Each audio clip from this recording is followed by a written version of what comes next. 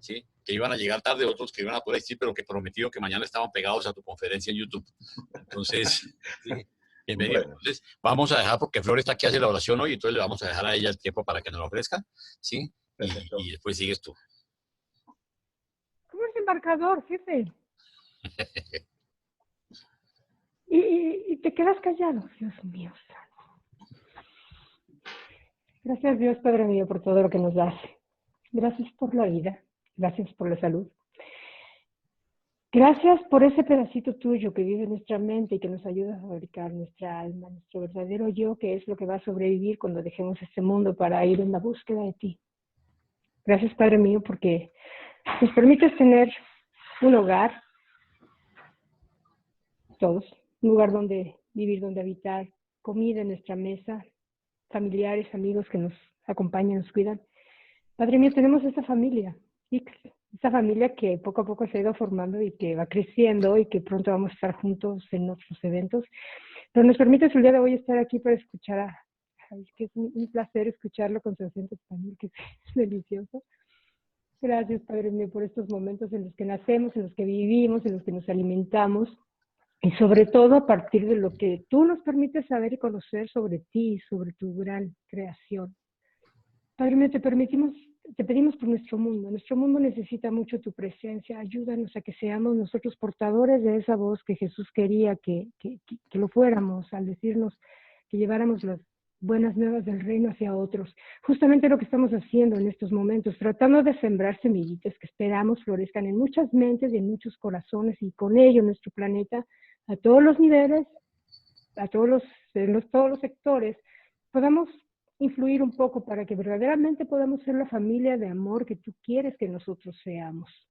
Permítenos llevar tu palabra para que cada vez haya más personas buscando la verdad, buscándote a ti y buscando tu amor y buscando cumplir con tu mandato divino de perfección. Gracias, Padre mío, por esta tarde y gracias por muchísimas cosas, pero ahorita gracias por este momento, por este grupo y por Jaime, que es muy lindo. Gracias, Padre mío. Gracias por todos mis compañeros. Amén. Amén. Bien, gracias, Rosilla. ¿Cómo no te íbamos a dejar? ¿Ah? Qué latoso eres, Dios mío. Bueno, mis queridos amigos, bienvenidos. Ahora sí los saludo a todos, pues por supuesto a María, a Javier, a Samuel, a Carlos, a Paulita, a Carlotito, a Renato. Renato, que ahora, mejor dicho, es un urantiano, pero furibundo. A Fanny Juliana, que hoy no puede hablar, y a Adriana. Qué placer tenerlos acá. Sabemos que los otros van a ir entrando e igual tendremos la oportunidad de disfrutar de la grabación. Total, que les pido el favor que cierren sus micrófonos y el tiempo es tuyo, Javier. Bueno, vamos a... Venga, hasta luego. Venga, hasta luego. Vamos a compartir, a ver qué tal. Compartir pantalla. Compartir.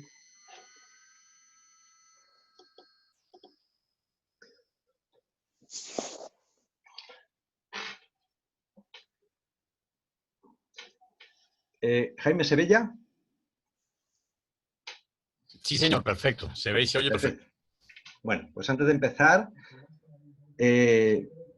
daros las gracias a todos los presentes, porque si no fuera por vosotros, lógicamente no podíamos tener esta pequeña reunión familiar.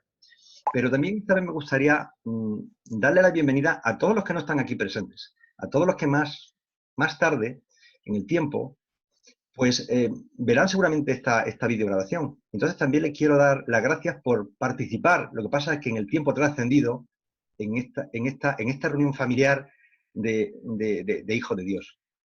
Y antes de que se me olvide, te voy a dar las gracias a ti, Jaime, especialmente porque gracias a la organización tuya y a los medios que estás poniendo a disposición, este tema lo podemos materializar. Porque por muchas buenas intenciones que tengamos, si no fuera por los medios que tú pones a nuestra disposición, difícilmente lo pudiéramos conseguir.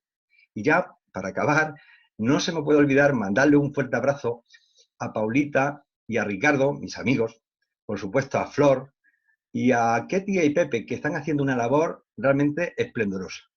Lo digo ahora para que no se me olvide. Bien, vamos a hacer la presentación de... Bueno, no sé si es una presentación realmente o es una meditación, porque algunas veces me da la sensación más que es una meditación personal que una presentación. La he titulado Juan el Bautista. Lógicamente está refiriéndose a la figura entrañable de Juan el Bautista. Porque además Juan el Bautista tiene una cosa singular, y es que es un personaje realmente extraño. Ya lo veréis a lo largo de la presentación, porque yo cuando lo analicé, lo intenté estudiar con profundidad, me di cuenta del ser tan especial que era. Antes de seguir, Jaime, me gustaría saber si estoy transmitiendo, porque yo no veo a nadie alrededor y puede ser que estoy hablando del aire. No, Sí, aquí Javier, estamos, tú Javier. nunca hablas en el aire. Lo que pasa es que cuando estás compartiendo, tú no te ves, sino tú, pero yo aquí estoy llevando un control. Perfecto. En este momento tienes 10 personas conectadas, pero acuérdate Perdona. cuántas personas te han visto después de la reunión, ¿no? Acuérdate que aquí hablamos No, no, para la web. no me importa, es que en un momento pensé que estaba yo y Dios solo. Pero nada más. Bien, continúo. Entonces, este estudio realmente a mí digamos, me puse a profundizar en él por lo siguiente, porque todo el mundo ha leído seguramente a JJ Benítez y realmente esta figura la denostó. Es decir, habló terroríficamente mal de una figura que yo cuando la estudié y la analicé en el libro de Durantia, me pareció una persona realmente es extraña, pero entrañable y con unos valores realmente impresionantes. Entonces, eso fue una de las causas por la cual hubo algo dentro de mí que me decía, profundice sobre el tema que vas a encontrar cosas graciosas. Y os garantizo que vais a encontrar cosas bastante más graciosas de las que os podéis imaginar. Bien, antes de empezar, lo hago siempre porque me sirve a mí y yo creo que nos sirve a todos, y es que saber que todo esto es perpetuamente cierto, porque allí donde dos o tres más estamos reunidos, Dios está en medio de nosotros. Es decir, de alguna forma está participando en nosotros, nos está iluminando, nos está ayudando, y es fundamental para mí ser consciente de esto porque como que me da una cierta tranquilidad en el sentido de que sé que si hago algo mal, Él de alguna forma me va a corregir y me va a llevar para que llegue realmente a donde tengo que llegar, porque lo importante es llegar a los corazones de los demás hermanos. Entonces es fundamental que haya un asesor que esté detrás de la oreja diciéndote cómo tienes que hacer las cosas. Soy plenamente consciente de que este vídeo, independientemente de las personas que estamos aquí, luego la van a ver bastantes personas.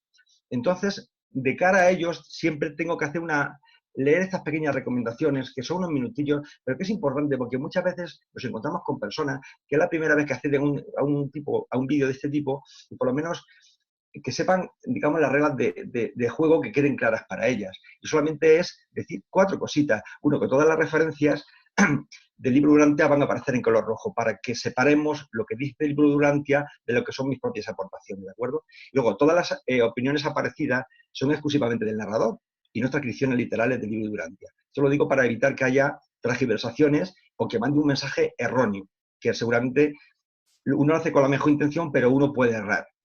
Y, lógicamente, no necesariamente se tienen que compartir los criterios, creencias y puntos de vista del narrador. Cada ser humano se expande en base a su posibilidad de medio, inspiración y capacidad espiritual. Y finalmente, comentaros que la versión que estoy utilizando, lo digo siempre, pero como puede haber personas nuevas, que sea la primera que lo vean, que sepa que esta es la versión que estamos utilizando. La versión española, la Europa 2009, ¿de acuerdo? La versión 1.5.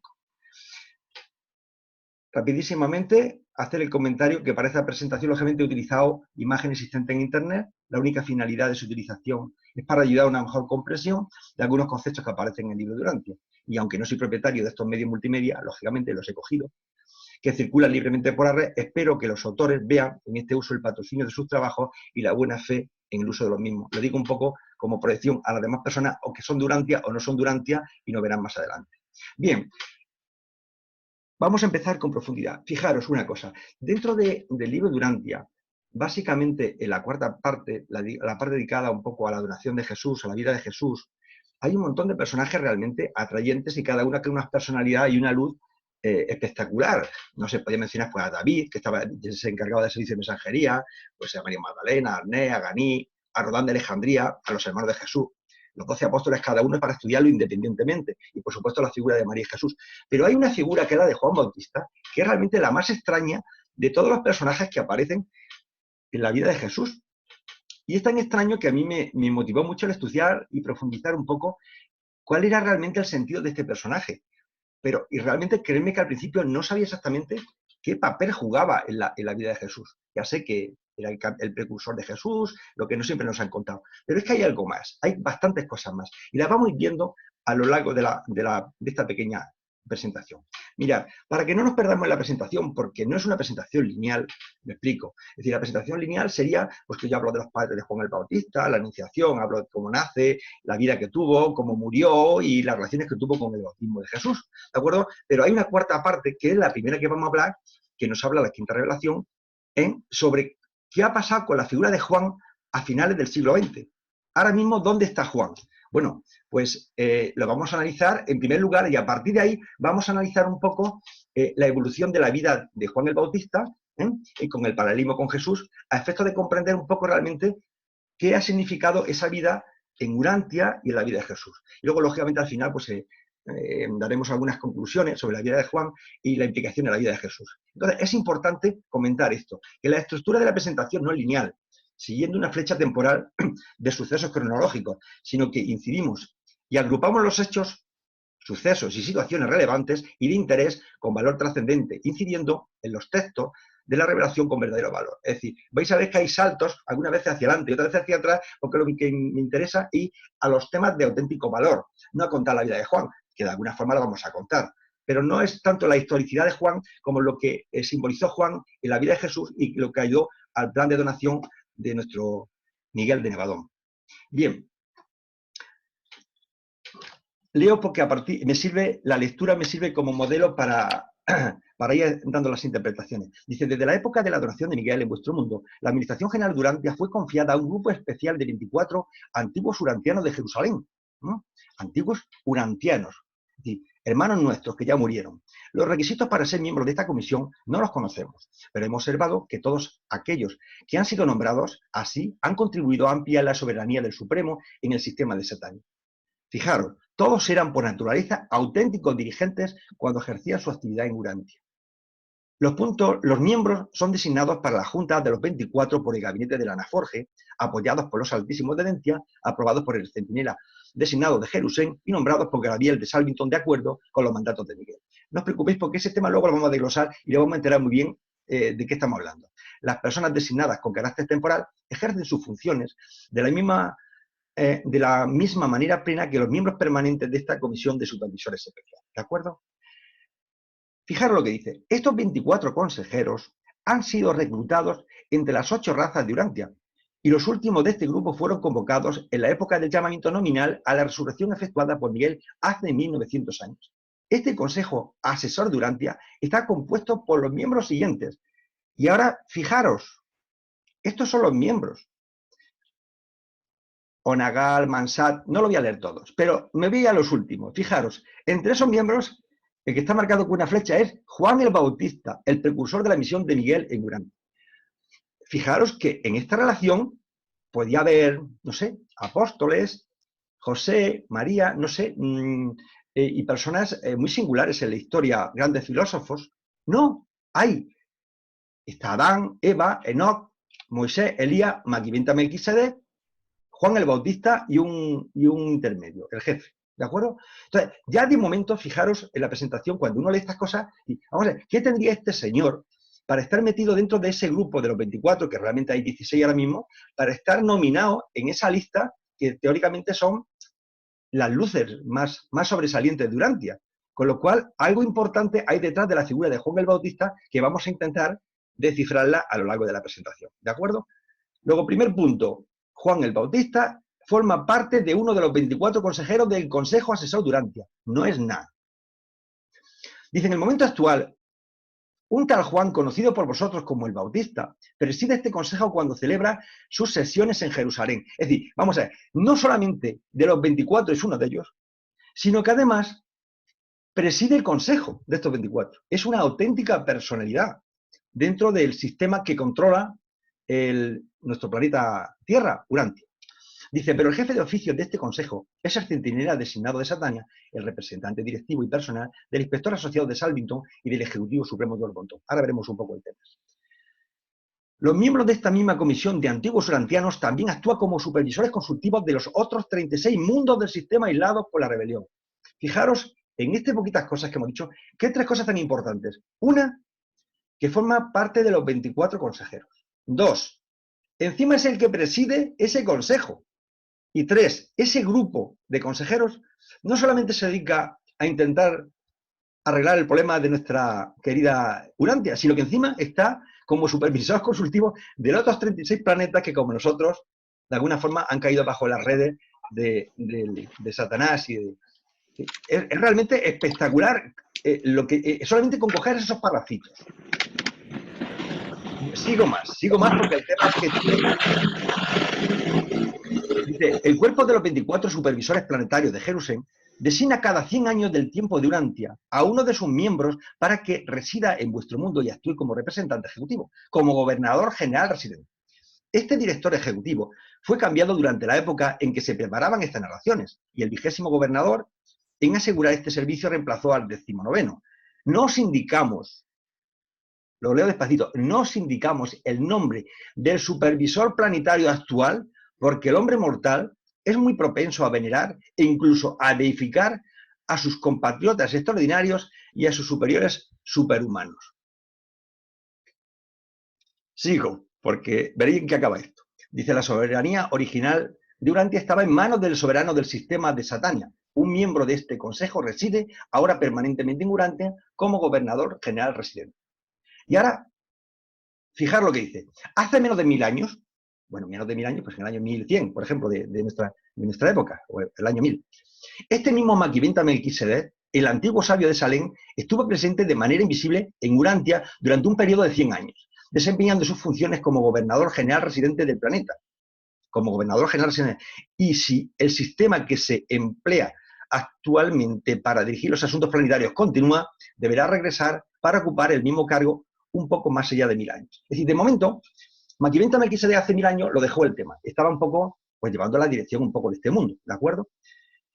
Pero hay un momento que esa persona se marcha a hacer otras labores y uno de esos 24 se dedica a hacer las funciones que estaba haciendo Maquiventa Melquisedec, ¿de acuerdo? Entonces, ¿quién puede ser? No lo sabemos.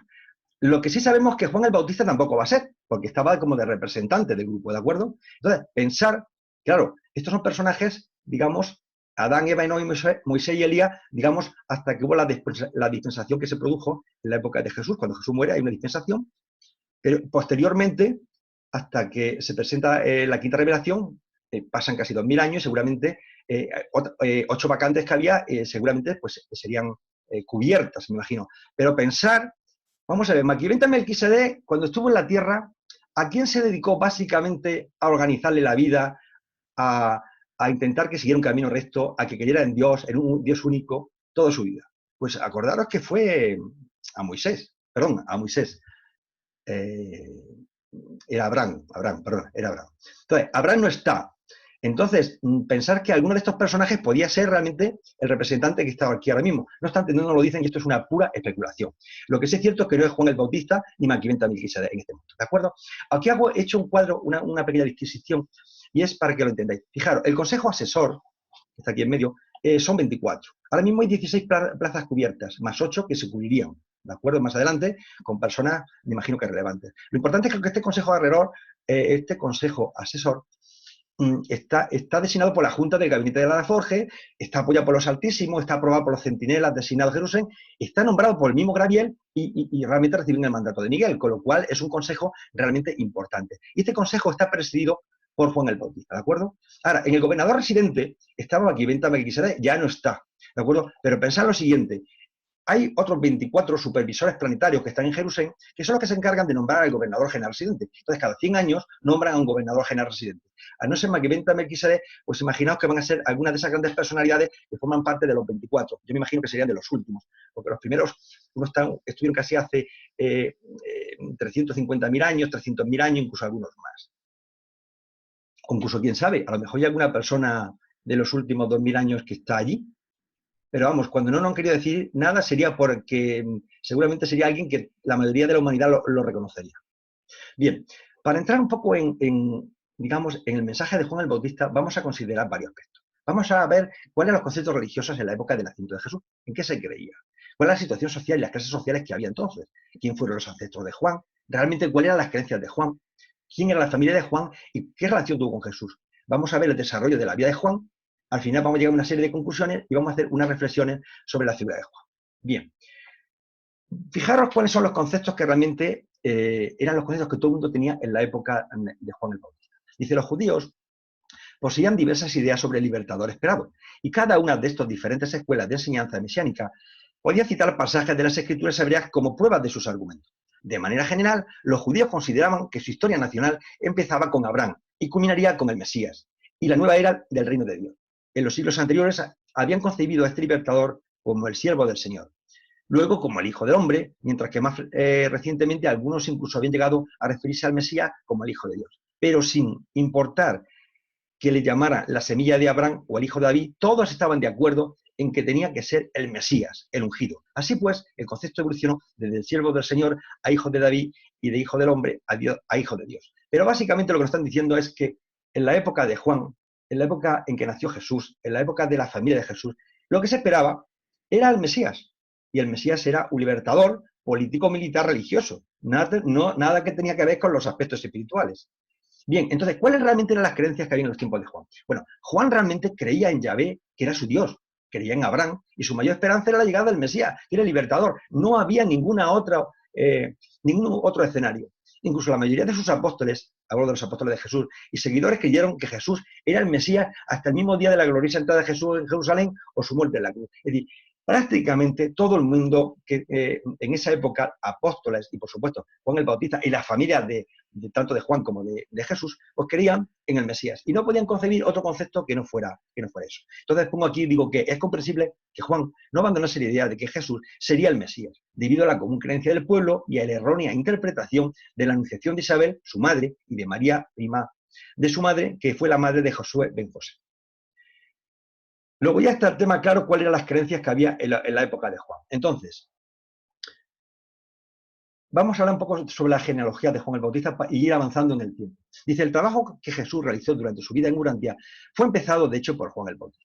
Zacarías, el padre de Juan, pertenecía al clero judío, mientras que su madre Isabel era miembro de la rama más próspera del mismo gran grupo familiar al que también pertenecía María, la madre de Jesús. Zacarías e Isabel, aunque estaban casados desde hacía muchos años, no tenían hijos.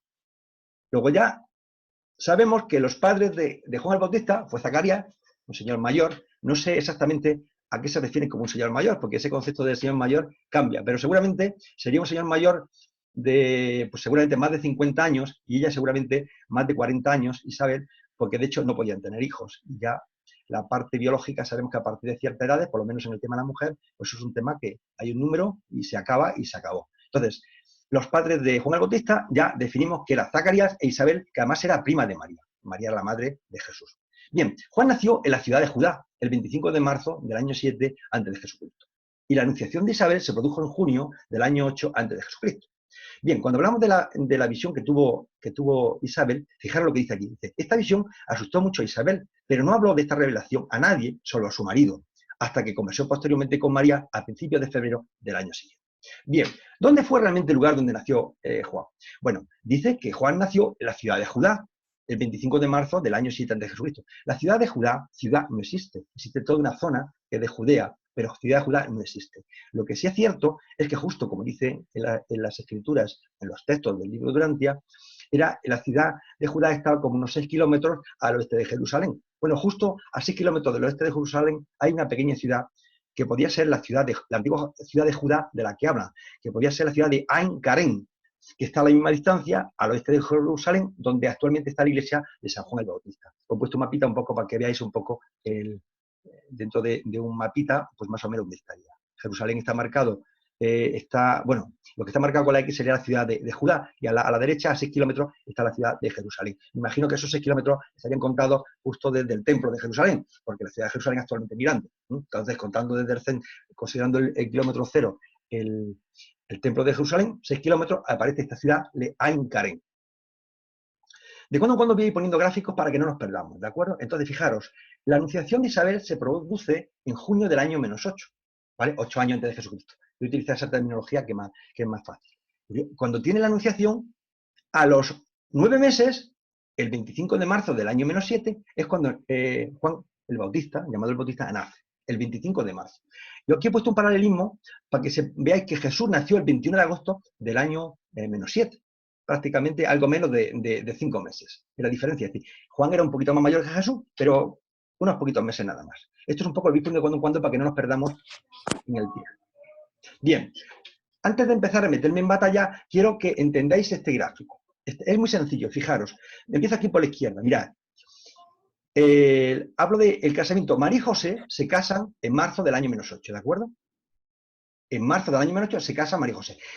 A los 8 meses es cuando aparece la anunciación de María, que fue en noviembre del año -28. Cuando tiene la anunciación, a los 9 meses de la anunciación, nace Jesús el 21 de agosto del año -7. Bueno, fijaros en el paralelismo con Juan. Mirad, la anunciación de Isabel se produce en junio del año -8, ¿de acuerdo? Y 3 meses después, ¿de acuerdo?, del casamiento de María y José. Y 9 meses después de la anunciación de Isabel, nace Juan el 25 de marzo del año -7. ¿Os ha quedado un poquito claro el tema, de acuerdo? Es decir, se ve un poco, bueno, esto como lo tenéis ahí puesto, pues no, lo podéis analizar cuando tengáis alguna duda, ¿de acuerdo? Para ver un poco en el tiempo cómo se desplazan estas dos figuras. Bien, una pequeña nota. Juan nace el 25 de marzo y Jesús el 21 de agosto del mismo año, -7. Con lo cual tienen 4 meses y 27 de diferencia. Juan es un poquito más mayor, ¿de acuerdo? Sigo leyendo.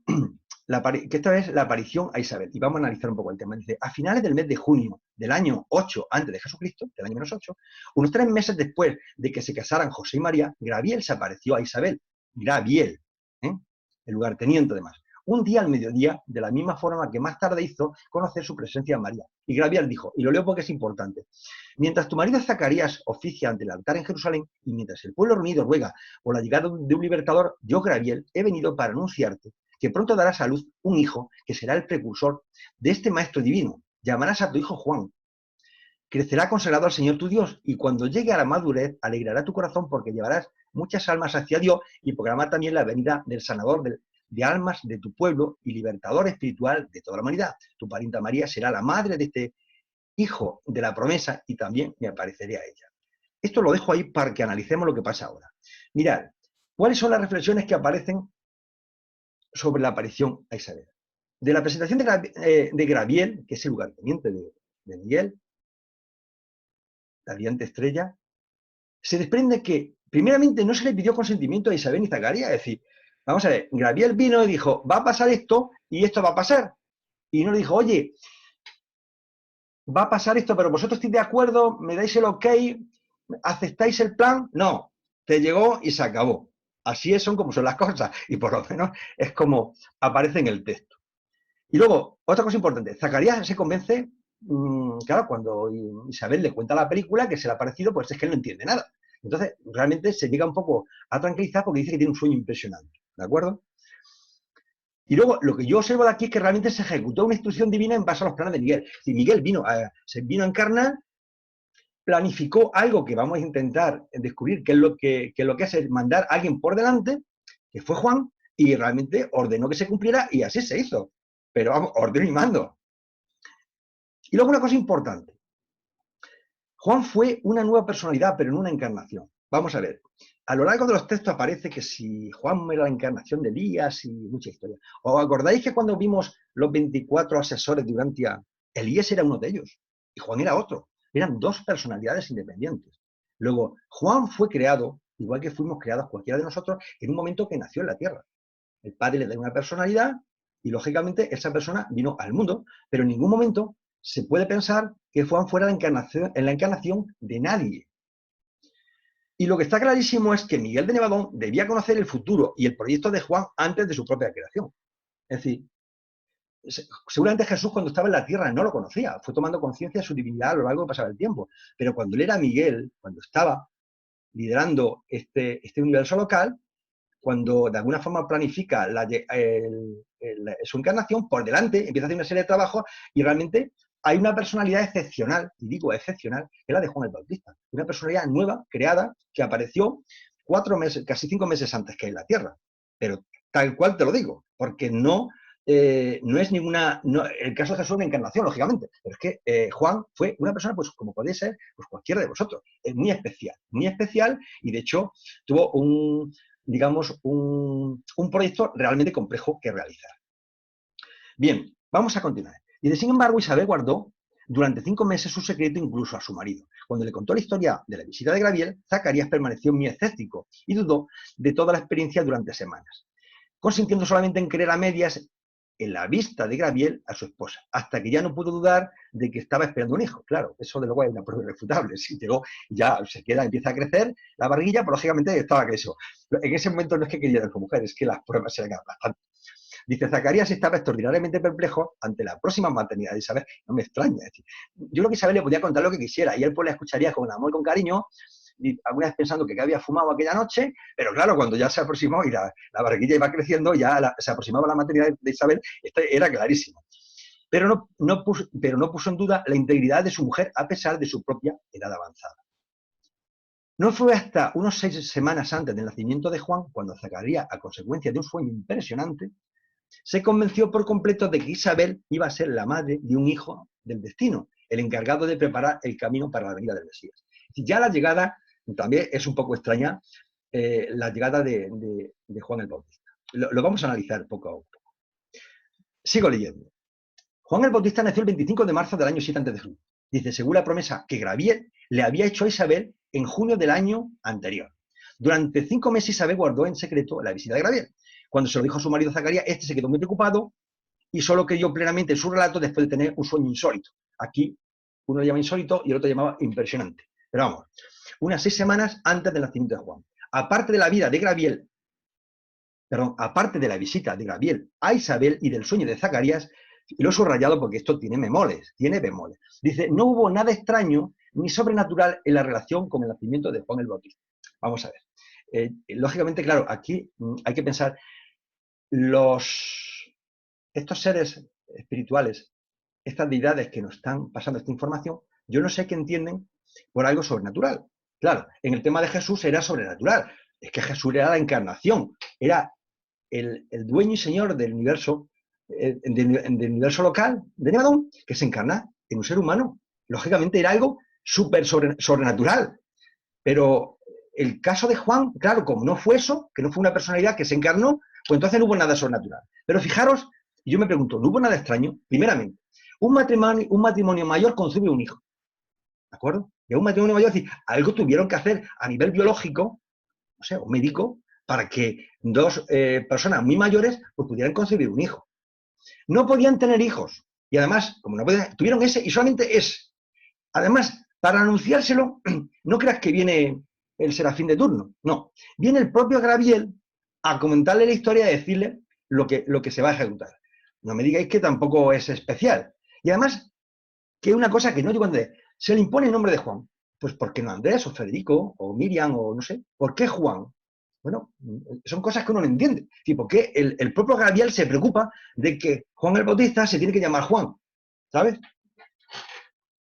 Y luego, lo que tengo clarísimo es que Juan tenía predeterminado su destino, pero perfectamente. Es decir, yo creo que Miguel de Nevadón, cuando hablo de Nevadón, es antes de que se creara la personalidad de Juan el Bautista, sabía perfectamente el destino, sabía el futuro, sabía lo que iba a pasar. Estoy plenamente convencido y lo voy a demostrar con lo que van diciendo los textos siguientes. En el nacimiento de Juan, fijaros lo que dice. Dice, después de regresar a Nazaret, los padres de Juan empezaron la educación sistemática del muchacho. En este pueblecito no había escuelas de la sinagoga. Sin embargo, como Zacarías, el sacerdote, estaba bastante bien instruido, e Isabel era mucho más culta que el promedio de las mujeres de Judea. Ellas también pertenecían al estado eclesiástico, puesto que era una descendiente de las hijas de Aarón.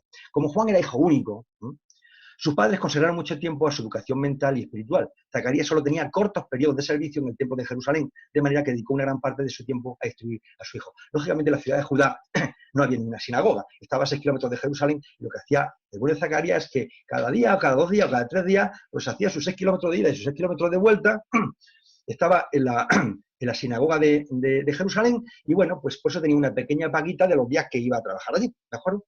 Dice, Zacarías y Isabel poseían una pequeña granja donde criaban ovejas. Apenas tenían para vivir con esta propiedad, pero Zacarías percibía un salario regular de los fondos del templo dedicados a los sacerdotes, es lo que ya estoy comentando. Seguramente recibía una pequeña paguita, pues porque iba un poco a ayudar al templo, ¿de acuerdo? De Jerusalén. Bien. Fijaros en el tema. Dice, no menciones, esto es lo que le dice Gabriel a Isabel. No menciones esto a nadie, salvo a José no menciones esto a nadie, salvo a José y a Isabel, tu pariente, a quien también me ha parecido, y que pronto dará igualmente a luz un hijo cuyo nombre será Juan. Esto es a María. Este preparará el camino para el mensaje de liberación que tu hijo proclamará con gran fuerza y profunda convicción a los hombres. Y le dice, no dudes de mi palabra, se le dice Gabriel, es decir, es que realmente está hablando de Juan y realmente el destino lo tenía escrito. Es que yo creo que no se podía salir de la línea del plan divino. Y pongo aquí, la Anunciación se le informa del destino de Juan. ¿O acaso Juan no fue libre para aceptar su destino? Yo creo que Juan aceptó el plan de Dios, aceptó su destino y lo ejecutó.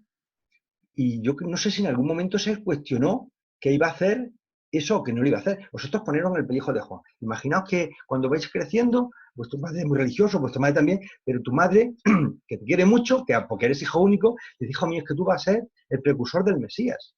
Entonces, lógicamente, pues tú la escuchas con cariño y la abrazas, pero de ahí a quererte el tema y a seguir ese plan, pues bueno, realmente debía ser una persona bastante obediente.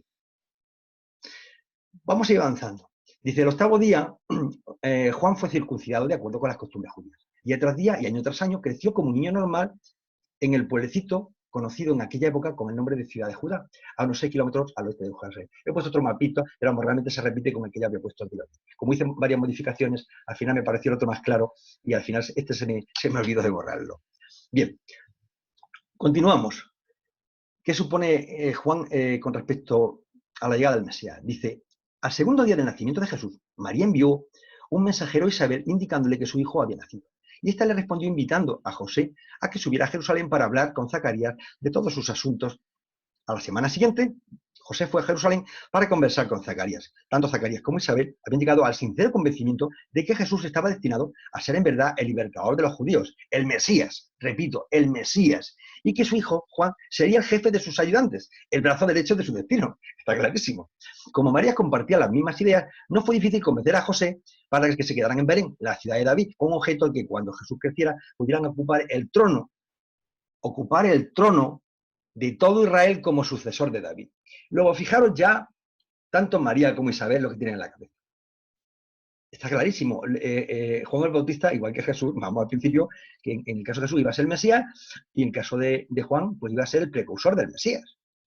Dice, desde la más tierna infancia de Juan, sus padres le inculcaron juiciosamente la idea de que cuando creciera se convertiría en un dirigente espiritual y en un instructor religioso. Y el corazón de Juan siempre fue un terreno favorable donde sembrar estas semillas sugerentes. Incluso siendo niño, se le encontraba con frecuencia en el templo durante los periodos de servicio de su padre. Y estaba profundamente impresionado con el significado de todo lo que veía. Realmente tenía una comedura de coco enorme, lo podía imaginar. Lo digo en el buen sentido de la palabra y con todo el cariño del mundo, lógicamente. Una figura que realmente aprecio.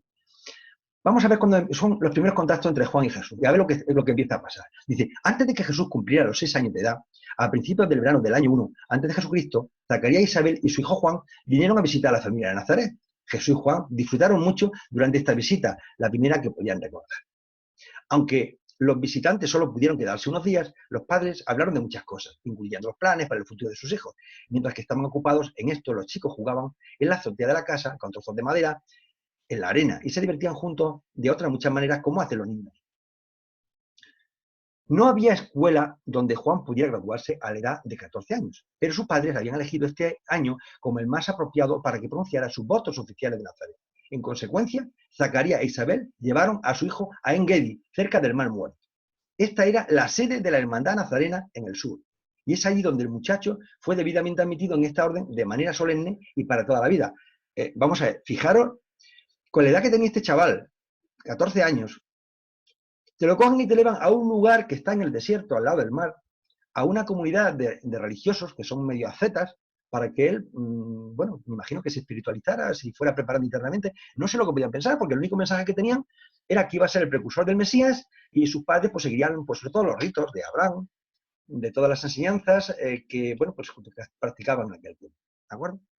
Dice, después de las ceremonias y de hacer los votos de abstenerse de toda bebida embriagadora, dejarse crecer el pelo y no tocar a los muertos, la familia se dirigió a Jerusalén, donde Juan completó delante del templo las ofrendas que se exigían a los que pronunciaban sus votos como nazarenos. Decíamos, yo creo que a Juan, con 14 años, pues lo hicieron nazareno, honestamente. Un niño con 14 años, con esa comedura de coco, lo digo en el buen sentido de la palabra, pero con esa percepción, pues de alguna forma él debió empezar, algo había dentro de él que realmente le impulsaba a hacer eso. Si no, si fuera un niño rebelde, pues hubiera decidido pues escaparse con la primera chica guapetona que venía en algún camello o cualquier cosa, ¿de acuerdo? Pero la realidad es que le hizo sus padres y si yo había una voz interior que le estaba diciendo lo que tenía que hacer.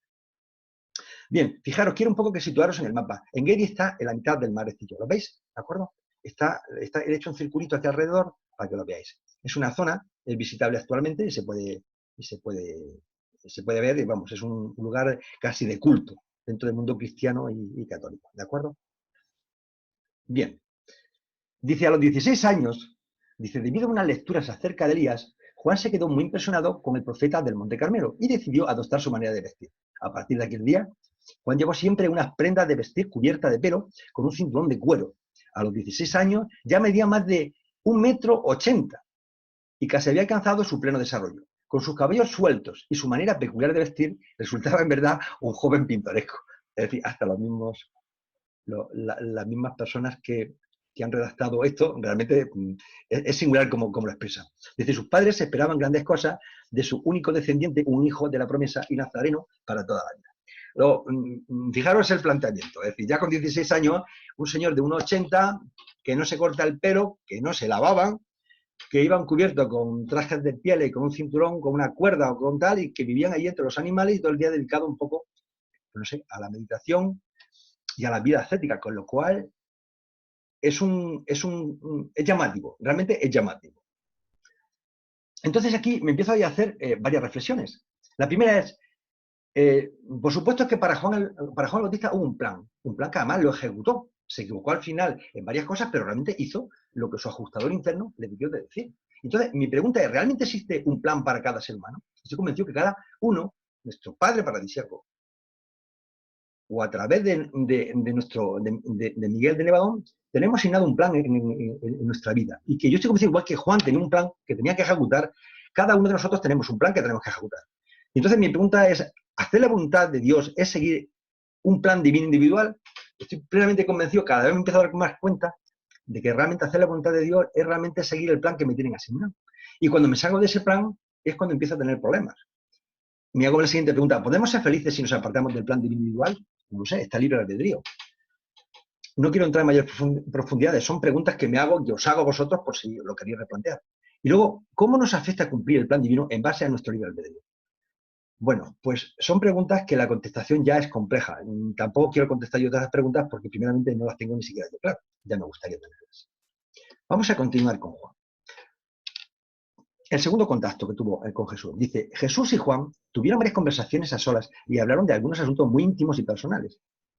Al concluir esta visita, los dos decidieron no volver a verse hasta que se encontraran en su ministerio público. Después de que el Padre Celestial los hubiera llamado para cumplir con su misión, Juan se quedó enormemente impresionado por lo que vio en Nazaret y comprendió que debía regresar a su casa y trabajar para mantener a su madre. Se convenció de que participaría en la misión de la vida de Jesús, pero vio que Jesús iba a estar ocupado muchos años cuidando de su familia. Por eso estaba mucho más contento de regresar a su hogar, dedicarse a cuidar su pequeña granja y atender las necesidades de su madre. Juan y Jesús no volvieron a verse nunca más hasta el día en que el Hijo del Hombre se presentó para ser bautizado en el Jordán. Entonces, hago una pequeña síntesis. Mira, Juan nace el 25 de marzo del año -7. La primera vez que vi a Jesús fue en el verano del año 1, ¿de acuerdo? Fue la primera vez que Juan va con su familia a visitar a Jesús. Y Jesús tiene 7 años. Él tenía 7 años y unos meses más. Eran 2 niños, jugaban allí pues, con la madera, con la arena. De luego, cosas importantes, yo creo que con esa edad no podían hablar ninguna. Honestamente, pienso yo. Tampoco el nivel de espiritualización a esas edades era tan alto y yo pienso que se dedicaron a jugar. Luego tiene la segunda visita de Juan, la segunda visita que Juan viene a ver a Jesús. Esto fue en septiembre del año 12 ya. Jesús tiene 18 años ya, ¿de acuerdo? Y Juan pues tendría pues 18 años y 4 meses, 5 meses. No llegaría a los 18 años ellos. Realmente eran 2 adolescentes.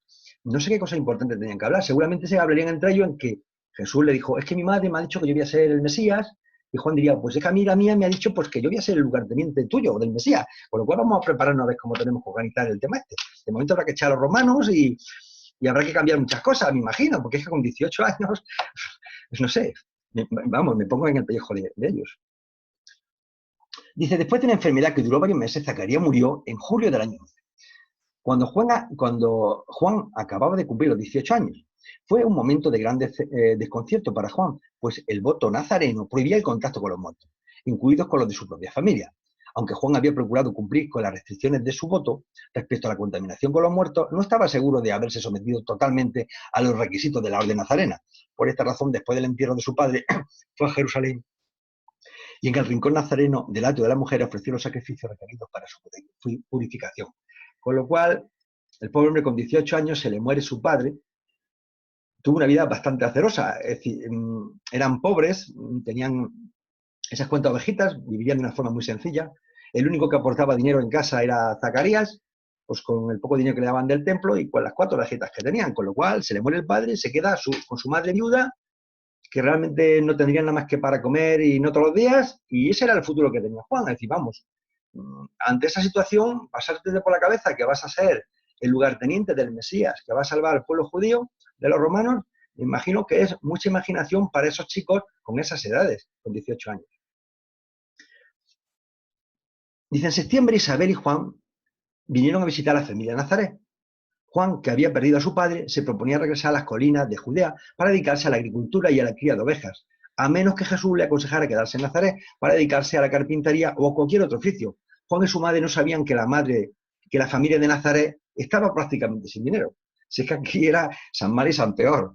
Cuando más hablaban de María e Isabel, de sus hijos, más estaban convencidos de que sería bueno que los dos jóvenes trabajaran juntos y se vieran con más frecuencia.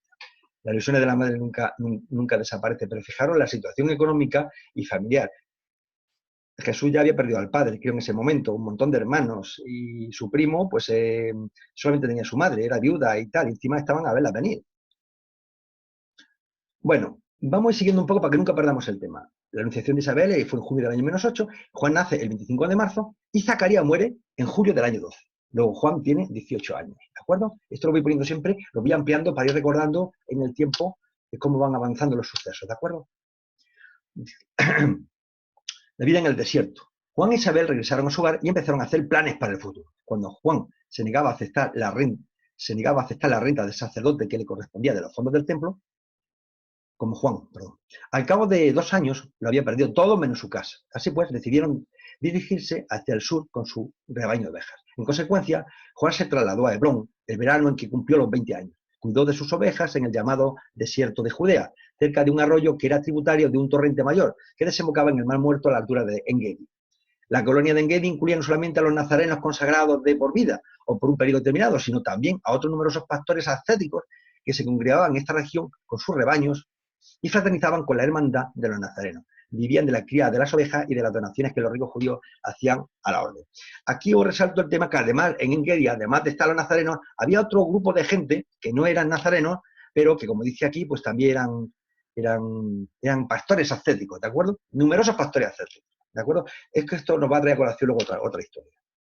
Bien, para que hagáis una idea, dice, a medida que pasaba el tiempo, Juan regresaba cada vez menos a Hebrón y visitaba a Engedi con mayor frecuencia. Era tan absolutamente diferente a la mayoría de los nazarenos que le resultaba muy difícil fraternizar plenamente con la hermandad.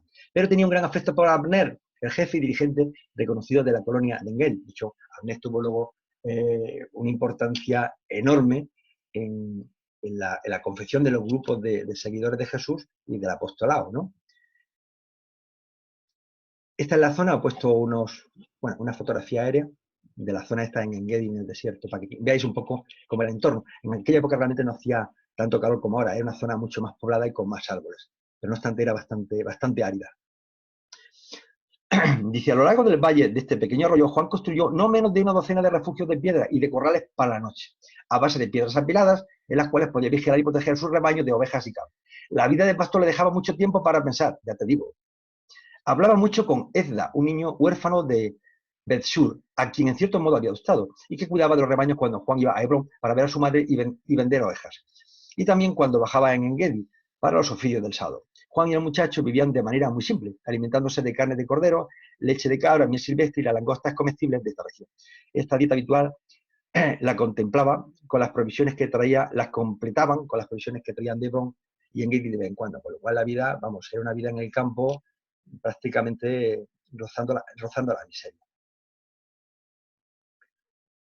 ya empieza, cuando Juan ya está en ese entorno, fijaros, de soledad, de hambre, de incomunicación, realmente dentro de la mente de Juan se empiezan a despertar ya alarmas que lo hacen empezar a realmente a sentirse realmente confuso de cuál es la misión suya en este mundo. Dice, Juan nunca fue completamente capaz de elevarse por encima de la confusión que le producía lo que había oído decir a sus padres sobre Jesús y estos pasajes que leía en las Escrituras.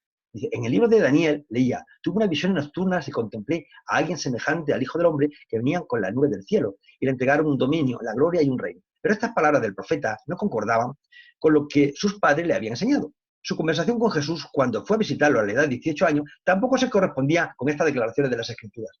A pesar de esta confusión, su madre le aseguró todo el tiempo que duró su perplejidad que su primo lejano, Jesús de Nazaret, era el verdadero Mesías, que había venido para sentarse en el trono de David y que él, Juan, se convertiría en su primer precursor y en su principal apoyo. Pues está el tema claro. Empiezan a pasar dudas por la cabeza de Juan, porque realmente yo me imagino que no vería solución realmente a un proyecto tan ambicioso como el que le habían prometido sus padres. ¿Cuál era el mensaje de Juan? Dice, debido a que todo lo que había escuchado sobre el vicio y la perversidad de Roma y el libertinaje y la esterilidad moral del imperio, por lo que había oído de las maldades de Herodes Antipas y de los gobernadores de Judea, Juan tendía a creer que el final de la era estaba próximo. A este noble y rudo hijo de la naturaleza le parecía que el mundo estaba maduro para el final de la era del hombre y el amanecer de una era nueva divina en el reino de los cielos. Dice, en el corazón de Juan creció el sentimiento de que iba a ser el último de los antiguos profetas y el primero de los nuevos. Vibraba honradamente con el impulso creciente de salir fuera y proclamar a todos los hombres. Arrepentíos, poneos bien con Dios, etc., etc. Realmente, el mensaje de Juan era un mensaje que no tenía que ver nada con el mensaje de Jesús.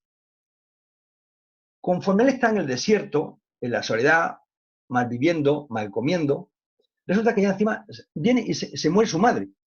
Y dice, el 17 de agosto del año 22, cuando Juan tenía 28 años, su madre falleció repentinamente.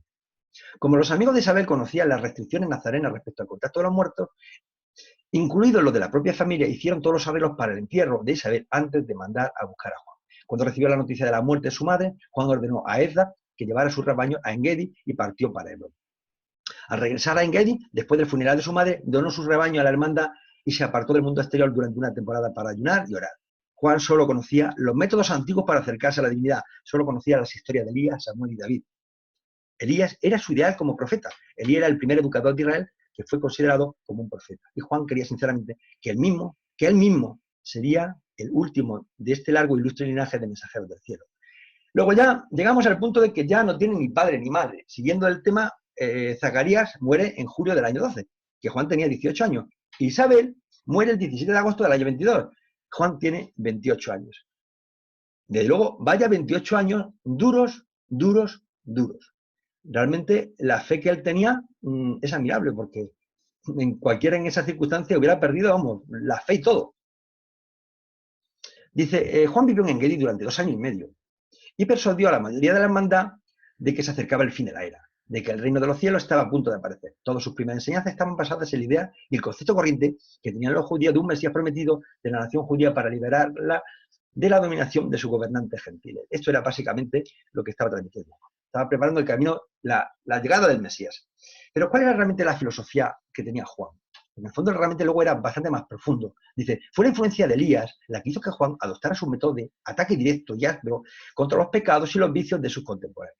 Intentó vestirse como Elías y procuró hablar como Elías. En todos sus aspectos exteriores se parecía al antiguo profeta. Era un hijo de la naturaleza igual de fuerte y pintoresco, un predicador de la rectitud igual de intrépido y temerario.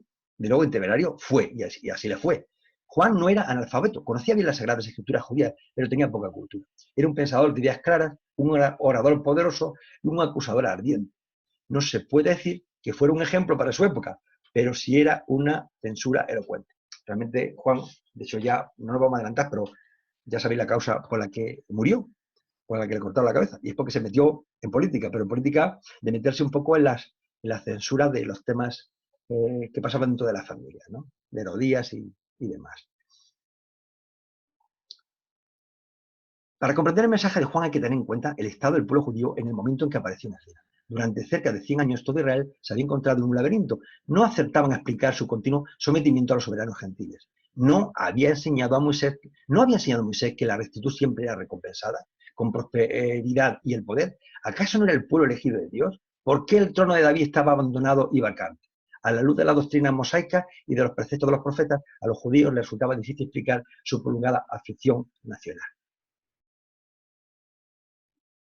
Y aquí ya es cuando empezamos a ver a un Juan que se vuelve cada vez realmente más duro, más crítico con la sociedad y sobre todo con los responsables políticos. Y leo, unos 100 años antes de los tiempos de Jesús y de Juan, una nueva escuela de educadores religiosos había surgido en Palestina, la de los apocalípticos. Estos nuevos instructores desarrollaron un sistema de creencias que explicaba los sufrimientos y la humillación de los judíos, sobre la base de que estaban pagando las consecuencias de los pecados de la nación. Para la mente de los judíos de aquella época, este era el significado de la expresión el reino de los cielos, que figura en toda la enseñanza de Juan y de Jesús.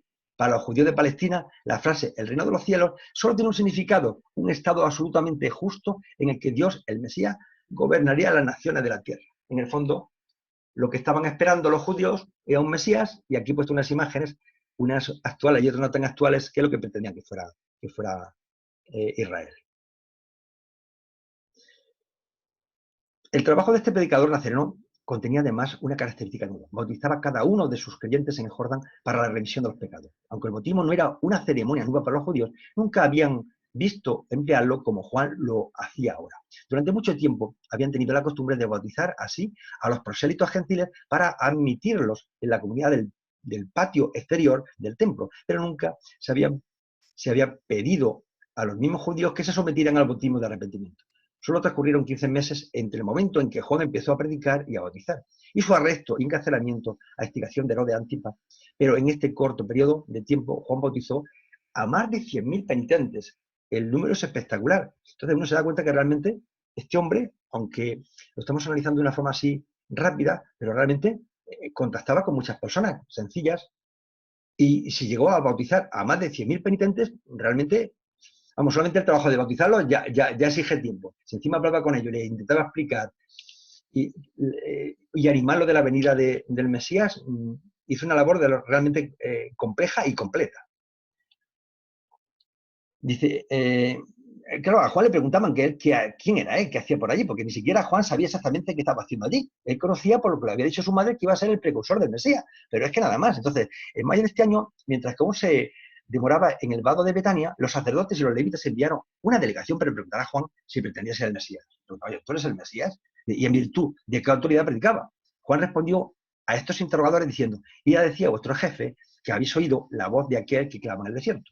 Como lo expresó el profeta diciendo, preparad el camino del Señor, enderezad una senda para nuestro Dios. Realmente Juan no sabía no sabía cuál era la misión. Yo creo que fue descubriéndola poco a poco. Pero realmente debió de pasar unos momentos realmente oscuros en la soledad de esos espacios abiertos, hasta que realmente me imagino que ese Espíritu Divino le iluminara y dijera, tú sigue adelante, sigue transmitiendo este mensaje de la venida, bueno, a entender al Mesías y animando a esa gente, porque luego al final muchos de ellos fueron los seguidores de Jesús.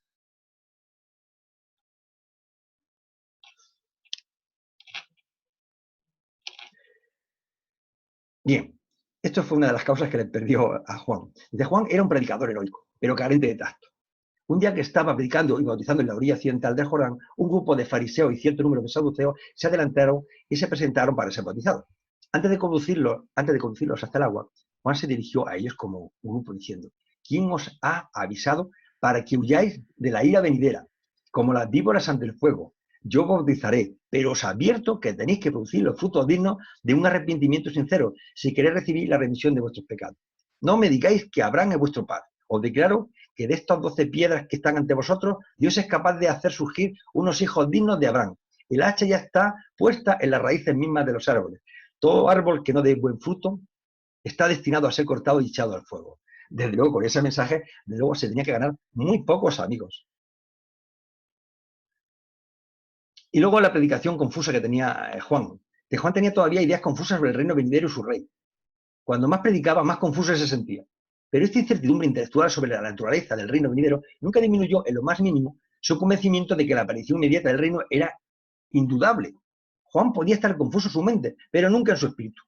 No tenía ninguna duda sobre la llegada del reino, pero distaba de estar seguro si Jesús iba a ser o no el soberano de este reino. Ya empieza él a dudar. Cuando Juan se aferraba a la idea del restablecimiento del trono de David, la enseñanza de sus padres de que Jesús, nacido en la ciudad de David, iba a ser el libertador, tanto tiempo esperado les parecían consistentes. Pero en los momentos en que se inclinaba más hacia la doctrina de un reino espiritual y al final de la era temporal en la tierra, tenía grandes dudas sobre el papel que Jesús jugaría en tales acontecimientos. A veces lo ponía todo en tela de juicio, pero no por mucho tiempo. Deseaba realmente poder hablar de todo esto con su primo, con Jesús, lógicamente, pero eso era contrario al acuerdo establecido entre ellos. Poco antes de la pausa del mediodía, Jesús dejó sus herramientas. Bueno, esto ya es cuando realmente Juan se empieza, Jesús toma la decisión de ir a ver a Juan y realmente iba a bautizarse. Dice, poco antes de la pausa del mediodía, Jesús dejó sus herramientas, se quitó su delantal de trabajo y anunció simplemente a los 3 trabajadores que estaban con él en el taller, ha llegado mi hora. Fue en busca de su hermano Santiago y Judá, repitiendo, ha llegado mi hora, vamos a ver a Juan. Partieron inmediatamente para Pella, tomándose el almuerzo mientras viajaba. Esto ocurría el domingo 13 de enero. Se detuvieron para pasar la noche en el Valle del Jordán y llegaron al lugar donde Juan estaba bautizando hacia mediados del día siguiente. A medida que pasaba el tiempo, llegaron rumores a Cafarnaúm sobre un tal Juan que predicaba mientras bautizaba a los penitentes en el Jordán. La predicación de Juan era, el reino de los cielos está cerca, arrepentidos y bautizados. Esto era el mensaje que él estaba repitiendo permanentemente. Jesús escuchó estos informes a medida que Juan remontaba lentamente el valle del Jordán y desde el vado del río más cercano a Jerusalén. Pero Jesús continuó trabajando, construyendo barcas, hasta que Juan llegó al río arriba, a un lugar cercano a Pella, en el mes de enero del año siguiente, el año 26. Entonces Jesús herramientas declarando ha llegado mi hora, que es lo que ya he leído anteriormente, solamente que hay otro párrafo que también te comenta el tema. Y poco después se presenta ante Juan para ser bautizado. ¿Cómo es el bautismo de Juan, de Jesús?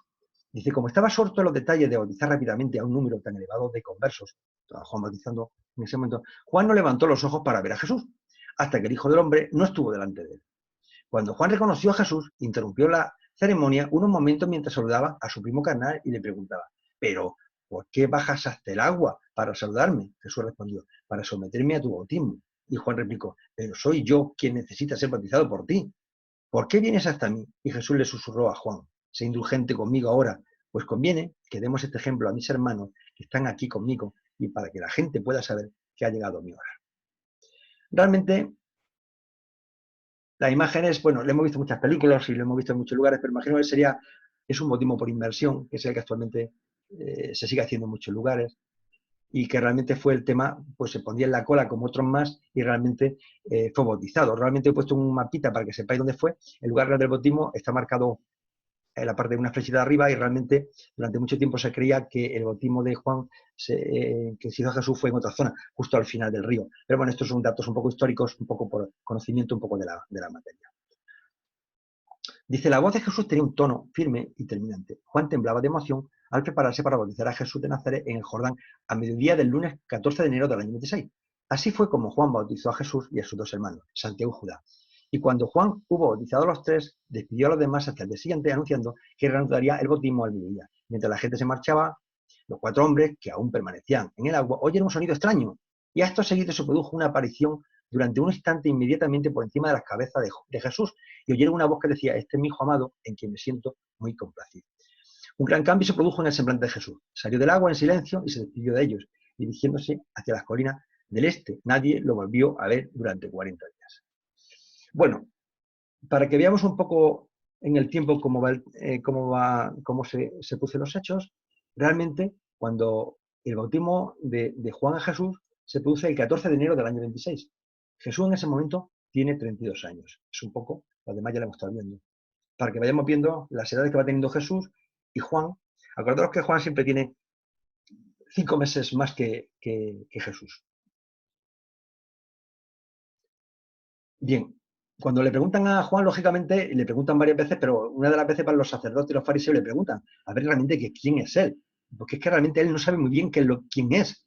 Dice, una semana después de la partida de Jesús, una nueva delegación de los sacerdotes y fariseos de Jerusalén llegó hasta aquel lugar de Pella. Preguntaron directamente a Juan si él era Elías o el profeta que Moisés había prometido. Cuando Juan les dijo, yo no soy, se atrevieron a preguntarle, ¿eres el Mesías? Y Juan respondió, no lo soy. Entonces estos hombres de Jerusalén le dijeron, si no eres Elías, ni el profeta, ni el Mesías, entonces, ¿por qué bautizas a la gente? Creando todo este alboroto. Es que lo biológico. Y Juan replicó, aquellos que me han escuchado y han recibido mi bautismo, os pueden decir quién soy yo, pero os afirmo que si bien yo bautizo con el agua, ha estado entre nosotros aquel que volverá para bautizaros con el Espíritu Santo. Empiezan a ver ya, Juan empieza a tener problemas por la forma de hablar, por la forma en que se está insinuando contra los poderes públicos, y esto es lo que dicen el libro de Durantia al respecto. Dice, en estos 40 días fueron un periodo difícil para Juan y sus discípulos.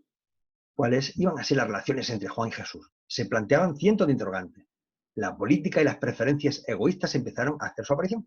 Brotaron violentas discusiones alrededor de las diversas ideas y conceptos del Mesías. ¿Se convertiría en un jefe militar y en un rey como David? ¿Destruiría los ejércitos romanos como Josué había hecho con los cananeos? ¿O vendría para establecer un reino espiritual? Juan se definió más bien por la opinión de la minoría, de que Jesús había venido para establecer el reino de los cielos, aunque no tenía del todo claro en su propia mente que debería de incluirse exactamente dentro de esta misión de establecer el reino de los cielos. El sábado 23 de febrero por la mañana temprano, cuando los compañeros de Juan, que estaban tomando su desayuno, levantaron la mirada hacia el norte, vieron a Jesús que venía hacia ellos. Mientras se acercaba, Juan se subió a una gran roca, elevó su voz sonora y dijo, mirad, al Hijo de Dios, el libertador del mundo. Es de él de quien he dicho, detrás de mí vendrá aquel que ha sido elegido antes que yo, porque existía antes que yo. Por esa razón he salido del desierto para predicar el arrepentimiento y bautizar con agua, proclamando que el reino de los cielos está cerca. Ahora viene aquel que os bautiza, que os bautizará con el Espíritu Santo. Yo he visto al Espíritu Divino descender sobre este hombre y he oído la voz de Dios afirmar, este es mi Hijo amado, en quien me siento muy complacido. Bueno, ya sabéis que como Juan pues tiene esa forma de actuar y se comporta de una forma alocada y brava, como diríamos en Sudamérica, pues llega un momento en que, lógicamente, pues se enfrenta al poder. Que Juan había estado predicando en el territorio de Herodes Antipas. Este se alarmó por temor a que Juan y sus discípulos provocaran una rebelión. Herodes también estaba ofendido por las críticas que Juan hacía en público de sus asuntos familiares. En vista de todo esto, Herodes decidió meter a Juan en la cárcel. En consecuencia, el 12 de junio, por la mañana muy temprano, antes de llegar a las multitudes para escuchar la predicación y presenciar los bautismos, los agentes de Herodes arrestaron a Juan. Como pasaban las semanas sin que fuera liberado, sus discípulos se dispersaron por toda Palestina, muchos de ellos fueron a Galilea para unirse a los seguidores de Jesús. Lógicamente Juan empezó un poco a criticar, a meterse, digamos, en temas donde no debe haberse metido, porque realmente venía un poco para preparar el camino de Jesús. Pero es que realmente yo creo que él, en su confusión, a Jesús, de alguna forma, lo único que bullía en su mente era el Mesías, y bueno, lo único que podía hacer, pues viendo lo que sabía de otros profetas, pues era pues un poco, de alguna forma, pues meterse un poco con el poder establecido y, bueno, pues ponerle de juicio ciertas situaciones morales y éticas de su tiempo, cosa que no debía de haber hecho. Esto fue el 12 de julio del año 26. Dice, Juan tuvo una experiencia solitaria y un poco amarga en la cárcel. Pocos discípulos suyos fueron autorizados para visitarlo. Anhelaba ver a Jesús, pero tuvo que contentarse con ir a hablar de su obra a través de aquellos discípulos suyos que se habían hecho creyentes en el Hijo del Hombre. A menudo se sentía tentado a dudar de Jesús y de su misión divina. Fijaros que ya el hombre empieza hasta a sentir la duda realmente de quién era él, cuál era su misión, incluso lógicamente a dudar hasta de Jesús, dudar de su misión divina. Si Jesús era el Mesías, ¿por qué no hacía nada para liberarlo de esta intolerable reclusión? Durante más de año y medio, este hombre robusto, habituado al aire libre de Dios, la enguideció en aquella despreciable prisión. Esta experiencia fue una gran prueba para su fe en Jesús y para su lealtad hacia él. En verdad, toda esta experiencia fue una gran prueba incluso para la fe de Juan en Dios. Muchas veces tuvo la tentación de dudar hasta de la autenticidad de su propia misión y experiencia.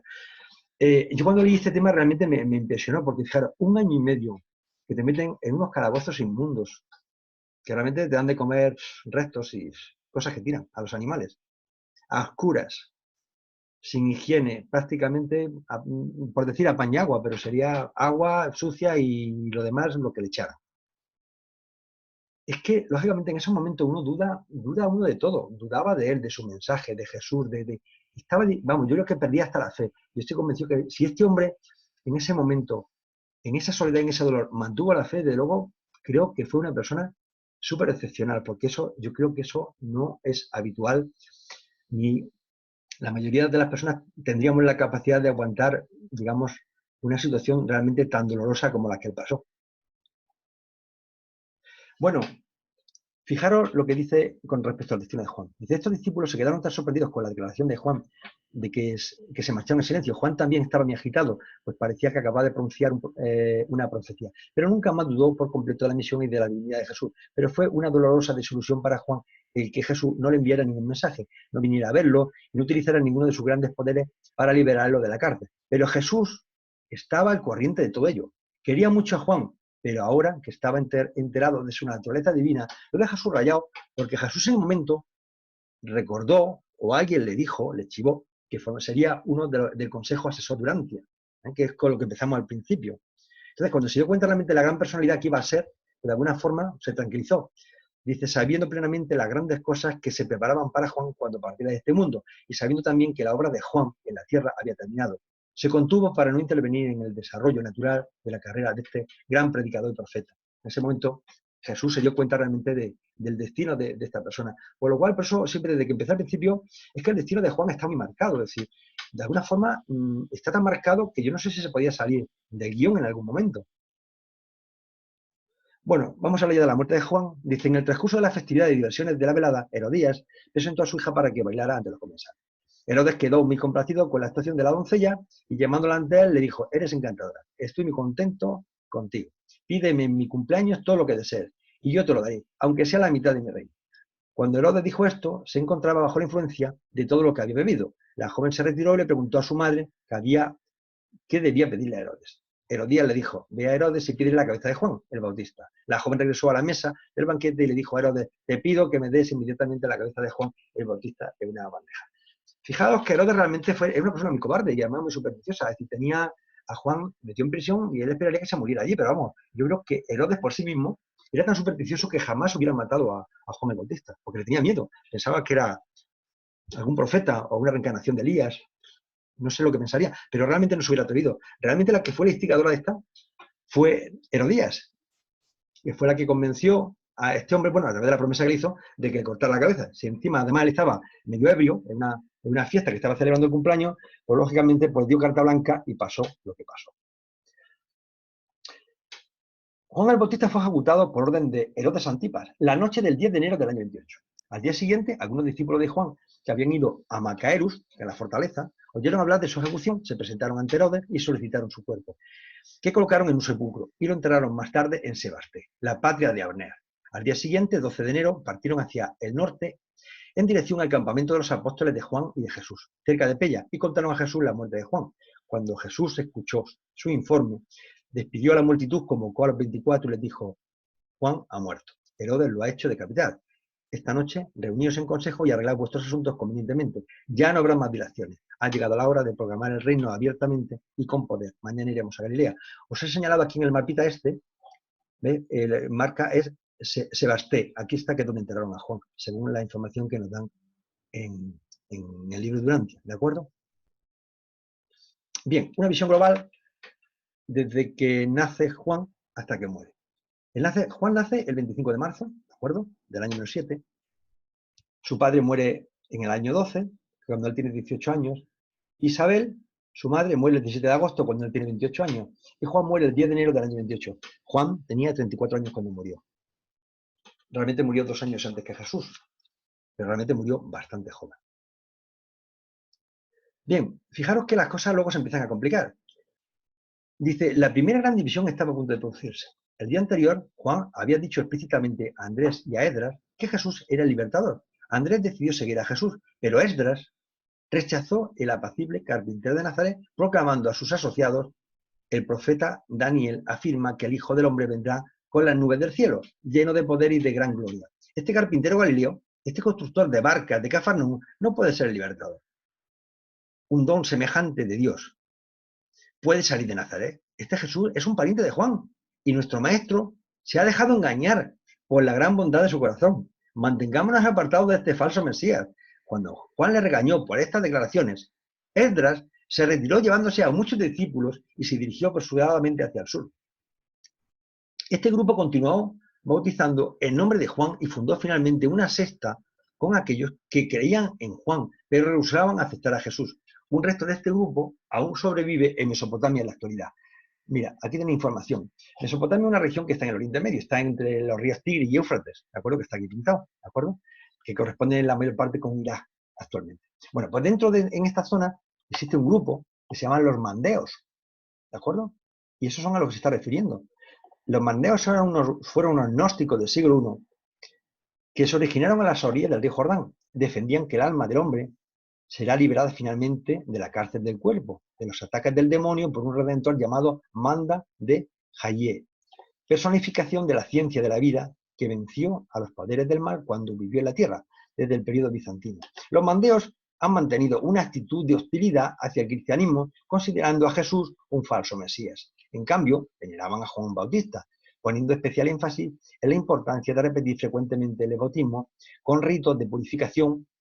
En la actualidad están ubicados en el área sur de Bagdad y el suroeste de Irak. También recibe el nombre de sabianos. Esto es un poco de información para que sepáis un poco que todo ese grupo que se peleó que eran seguidores de Juan el Bautista y que no quisieron seguir a Jesús, porque la mayoría siguieron a Jesús, pues seguirá otro grupo que actualmente existe, que son los mandeos. Y además están perfectamente localizados en Mesopotamia. ¿Cuál fue el mensaje de Jesús sobre Juan? Mirad, dice, Juan ha venido a predicar el arrepentimiento para prepararos para el reino. Pero vengo yo para proclamar que la fe, el regalo de Dios, es el precio para entrar en el reino de los cielos. Importante esta frase. Con que solo creáis en mi Padre, que mi Padre os ama con un amor infinito, ya estáis en el reino de los cielos. La verdad que Dios Padre nos exige muy poquito. Básicamente lo único que nos exige es que tengamos fe para entrar en el reino de los cielos, claro. Luego la avanzadilla dependerá de los frutos de cada uno, ¿no? Pero básicamente lo que es el pasaporte te lo he dado casi sin mirarte la fotografía, ¿eh? Aquí hay un tema también que gracioso me llamó la atención. Dice, mientras que los apóstoles realizaban esta misión, Jesús pensó mucho en Juan, que ahora estaba en la cárcel. Era una gran tentación utilizar sus poderes potenciales para liberarlo, pero una vez más se resignó a servir a la voluntad del Padre. Es decir, por la cabeza de Jesús se le pasó la idea de decir, bueno, con sus capacidades liberar a Juan. Pero claro, al final estaba en manos de Dios Padre y dejó que los acontecimientos siguieran tal como estaban. Bueno, y ya las conclusiones un poco para ir acabando. Una de las más importantes una de ellas es que Juan no llevó una vida fácil ni gloriosa en Urantia. Eso está clarísimo, está demostrado. Las pasó bastante mal. Dedicó su vida a un ideal, inducido por las creencias de sus padres. Yo creo que él fue percibiendo el mensaje conforme iba creciendo. Vivió una vida extremadamente sencilla, lindando la pobreza más absoluta.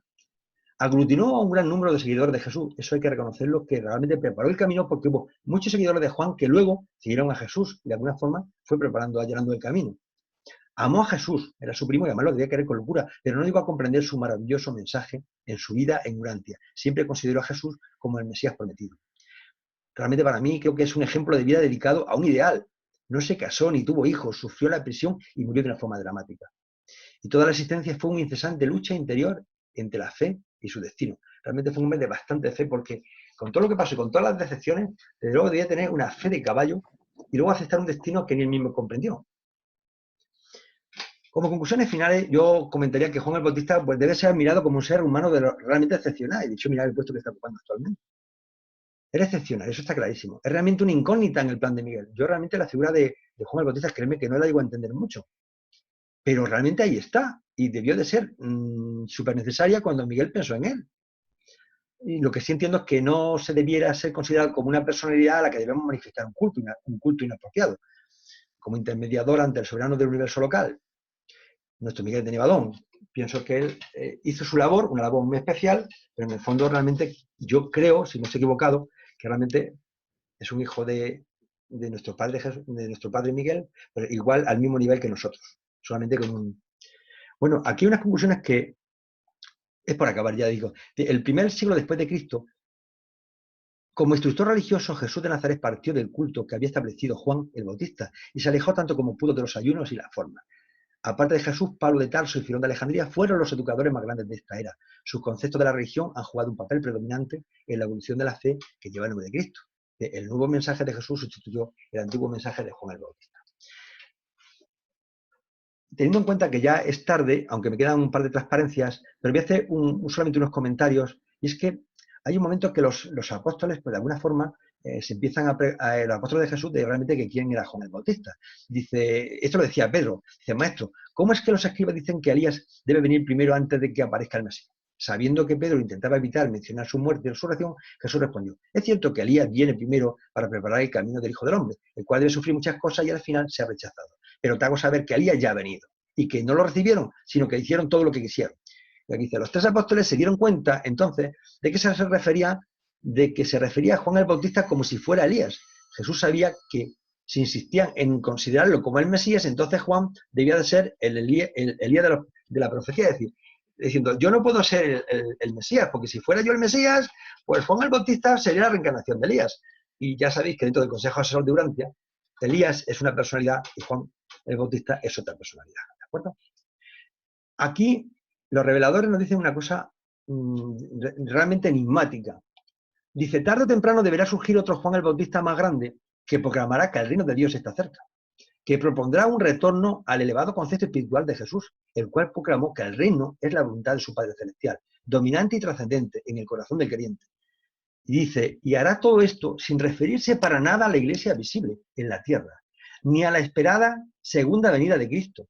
Es preciso que se produzca un renacimiento de las verdaderas enseñanzas de Jesús, que se expongan de nuevo de tal manera que anulen el efecto de la obra de sus primeros seguidores, los cuales se pusieron a crear un sistema sociofilosófico de creencias sobre el hecho de la estancia de Miguel en la tierra. Bien, como ya es tarde y vais a tener el vídeo, pues los datos históricos sobre la historicidad de Juan el Bautista, bueno, pues aquí están expuestos. Los leéis y nada más. No quiero alargar más porque llevamos 1 hora y media, creo. Y ya daros las gracias y pues permitid que mi ajustador, gracias a vuestro ajustador, que es lo único que puedo pedir en este momento. Muchísimas gracias por vuestra presencia, pues que Dios nos ilumine a todos. Cierro el tema y dejo de compartir. Mil gracias, mi querido Javier, como siempre, estupenda charla. Te voy a pedir el favor que ahorita me mandes la presentación en PowerPoint para pasarla con la grabación. Perfecto, cuenta que si no está ahora dentro de un ratito, seguramente un ratito, mañana por la mañana lo sumo, decir, tú cuando te levantes la vas a tener ya. Okay. ¿De acuerdo? Te mandaré para que lo tengáis y el que quiera que lo necesite, pues que se le manda copia, están a disposición de todo el mundo, lógicamente. Ok, listo. De todas maneras, te agradezco mucho, les agradezco a todos ustedes su compañía. Y bueno, pues estamos viendo, esperemos que la grabación la puedan disfrutar desde mañana, ¿ok? Mil gracias, Javier. Muchísimas gracias. Buenas noches. Muchas gracias, excelente, muchas gracias. Gracias, hermoso. Gracias, Javier. Muchas felicidades. Muchísimas gracias. Ricardo, besos y Paula igualmente.